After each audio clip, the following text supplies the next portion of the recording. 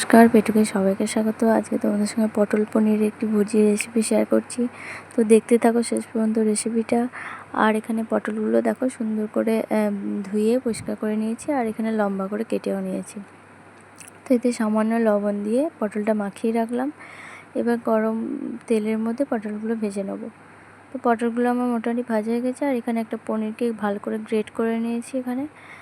এবার কড়াইতে সামান্য সর্ষের তেল দিয়ে তার মধ্যে কালো জিরে ফোড়ন দিয়ে পেঁয়াজ কুচি আর আদা আর টমেটো বাটা সেটাও দিয়ে দিলাম। ভালো করে এগুলো সব মশলা কষানো হয়ে গেছে। এবার গুঁড়ো মশলাগুলো ধনে গুঁড়ো, জিরে গুঁড়ো, হলুদ গুঁড়ো সব দিয়ে কাশ্মীরি লঙ্কার গুঁড়ো অল্প সামান্য জল দিয়ে ভালো করে কষিয়ে নিয়েছি মশলাটা, আর পটলটাও দিয়ে দিয়েছি।